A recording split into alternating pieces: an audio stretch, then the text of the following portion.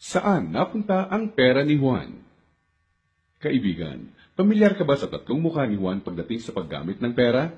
Alam mo bang may pagkakaiba sa ugaling pinansyal si Juan mahirap, middle class at mayaman? Sobrang simple lang ng mga pagkakaibang ito. Magtataka ka kung hindi lahat ng tao pamilyar dito. Mga simpleng diskarteng dahilan kung bakit ang mahirap lalong humihirap, ang middle class stressed out at walang oras, at ang mayaman lalong yumayaman. Kung matagal mo nang tanong ang mga ito, mag-e-enjoy ka sa mga facts na hinanda ko para sa iyo. Sabay nating hihipan ng mga kumakalat na outdated na information tungkol sa pag-manage ng pera ngayon. At as a bonus, titignan din natin kung may pag-asa pa ba sa panahon ngayon ang simpleng Juan na umasenso at yumaman. Halika't isa-isa natin silang tignan. Magsimula tayo sa regular na araw ni Juan Mahirap. Gigising siya sa umaga at magmamadaling pumasok sa trabaho, kung swerteng may trabaho nga siya. Madalas, contractual. Minimum wage. Minsan, less than minimum pa. Masipag at matyaga naman siya. Pagtitisa ng traffic at ang sumpong ng boss na masungit. At pagkatapos magbanat ng buto buong araw, uuwi ng pagod. Magpapahinga para ulitin lahat ito kinabukasan. Gagawin niya ito ng araw-araw para sa kapos-saktong sweldo. Tama ka, di na ito bagong istorya. Ano nga ba ang diskarte ni Juan Mahirap pagdating sa pera? Bago ang pag-iipon para sa pangkabuhayan, madalas nauuna ang Jollibee dito, sini doon, at ang silent killer ng bulsa. Bili ng kung ano-ano, kung saan-saan, kahit di kailangan.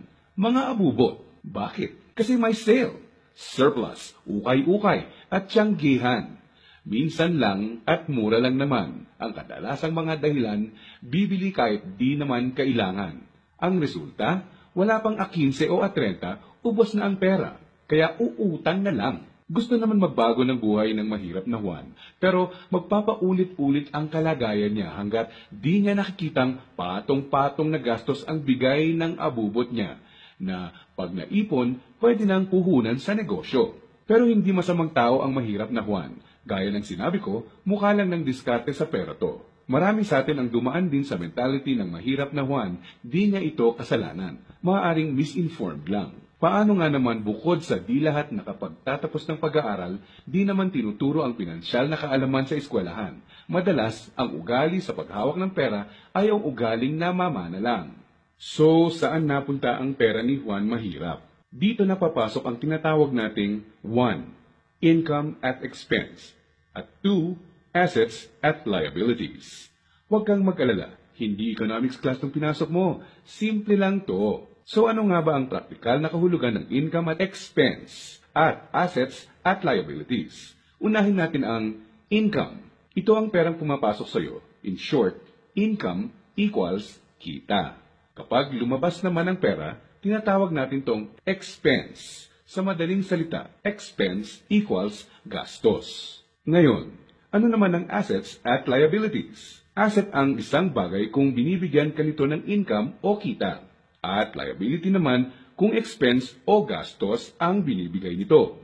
Balik sa tanong, saan napunta ang pera ni Juan Mahirap? Ang maikling sagot, madalas mas maraming expense o gastos kesa income o kita ang mahirap na Juan. Maaring sa sahod o maliit na extra lang siya umaasa para sa income, samantalang kaliwat kanan naman ang pinanggagalingan ng expense. Naloko na. May pag-asa pa ba ang mahirap na Juan? Malalaman natin yan mamaya. Ngayon, tignan muna natin ang behind-the-scenes kwento ni Juan Middle Class. Sa unang tingin, okay na okay ang lagay ng middle class na Juan. Ang totoo niyan, malaki ang tsansang mapagkamalan mo siyang mayaman. May bahay, may kotse, at nakikita mo silang nagbabakasyon minsan. At kung may bagong labas na gadget, mag-upgrade ang middle class na Juan. Pero ang di alam ng karamihan, marami dito ay promo, hulugan, o utang sa credit card na buwan-buwan sa sweldo na kakaltas. So, saan napupunta ang pera ni Juan Middle Class? Ang maikling sagot, mas madaming liabilities, nagbibigay gastos kesa sa assets, ang binibili ng middle class na Juan. Imbes na investments na gagawa ng income, nauuna sa listahan niya ang paggagamitan ng pera, ang upgraded na lifestyle. Gusto niya ang convenience at quality sa buhay. Tingnan nating halimbawa to. Kung traditional economics ang pagbabasehan, ang kotse at bahay ay madalas na sinasabing assets. Sa praktikal na buhay ni Juan, masasabi nating outdated na ang pananaw na to. Sa definisyon natin ng asset, ang isang bagay ay asset kung gumagawa ito ng income. Pero madalas, pagka down payment mo ng kotse, bahay o alahas, money out agad. Sa mga susunod na buwan, may babayaran ka ulit at huwag mong kakalimutan andyan pa ang insurance at tax. Money out nga naman, liabilities. Ang kotse ay nagiging asset lang kung nakakatulong siya ng gumawa ng income. Halimbawa na lang kung gamit sa negosyo. Ang bahay ay pwedeng maging asset kung paparentahan mo ito, lalagyan ng mga produkto sa negosyo or storage. O di kaya'y kung nagba-buy and sell ka ng bahay at mabibenta mo to ng mas mahal. So bakit walang oras at stressed out si Middle Class 1? Para mabayaran ang mga liabilities, kailangang mag-overtime, kumuha ng mas maraming trabaho at maghangad na ma-promote ng middle class na Juan kung siya ay empleyado. Para sa mga professionals at self-employed, kailangan nilang kumuha ng mas maraming kliyente o projects. In short, kailangan nilang ibenta ang oras at skills nila ng higit pa sa ginagawa nila dati nung wala pang liabilities para kumita ng mas malaki. Tulad ng kalagayan ng isang doktor. Kung hindi niya sisiputin ang pasyente niya, wala siyang kita. Dito mo na makikitang may lumalamon na sa oras ni Juan Middle Class. May mga celebrations sa family at friends ang di na niya ma-attendan. Kaliwat ka ng stress na ang kapalit ng upgraded lifestyle ni Middle Class 1. Para sa kayod kalabaw na discarding to, gugustuhin niya ng reward, tama? Kaya mas madalas na siyang mag-taxi, kahit pwede namang mag-jeep. Starbucks coffee na, dati okay na ang 3-in-1. Sa restaurant na mas madalas kakain, kahit pwede namang sa bahay. Ilang halimbawa lang ito. Sa oras na maisip ni Juan Middle Class na magnegosyo, ang kita niyang pangpupuhunan sana, pambayad sa liabilities na pupunta. Kung tatanungin mo siya kung anong gusto niyang baguhin, madalas sasabihin niyang ibalik sa kanya ang oras niya. Mabait si Juan Middle Class. Gusto niya ng maganda at komportableng buhay para sa pamilya niya. Magaling din siya sa trabaho o sa propesyon niya. Sa kasamaang palad, pagdating sa pinansyal na mindset, may outdated advice at information siyang dala. Ang dating akala niyang assets ay liabilities na pala. May pag-asa pa ba si Juan Middle Class?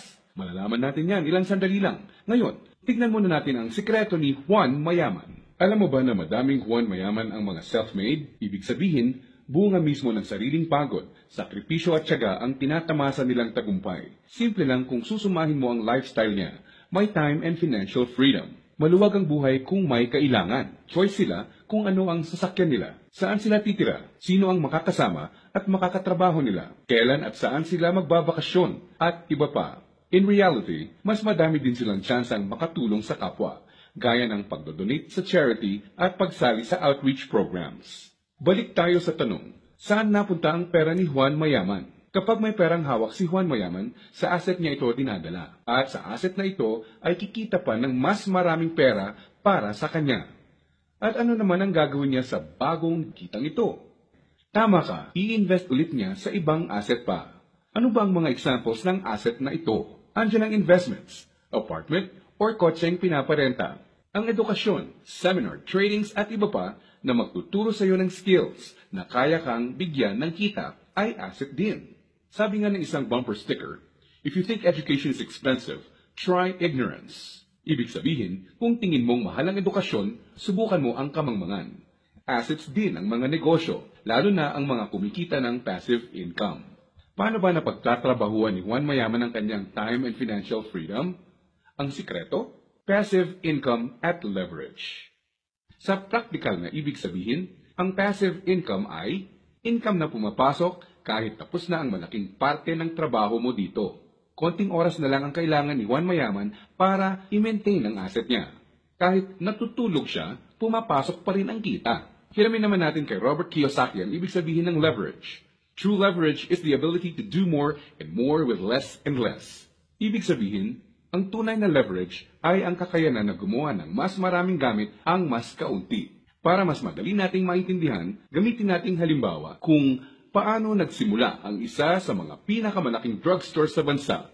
Marami ang nasira noong World War II. Pagkatapos nito, kinailangang mag-rebuild ng mga tao. Dito na papasok si Mariano K. Napansin niya ang mga demand sa isang uri ng antibiotic na tinatawag na sulfa drugs. Paano niya nalaman? Ginamit niya bilang leverage ang natutunan niya bilang empleyado sa isang drugstore bago pumutok ang World War II. Nung mga panahon noon na nagsisimula ulit ang lahat at kahit naman ngayon, ang taong may enough information kesa sa iba ay nakakalamang.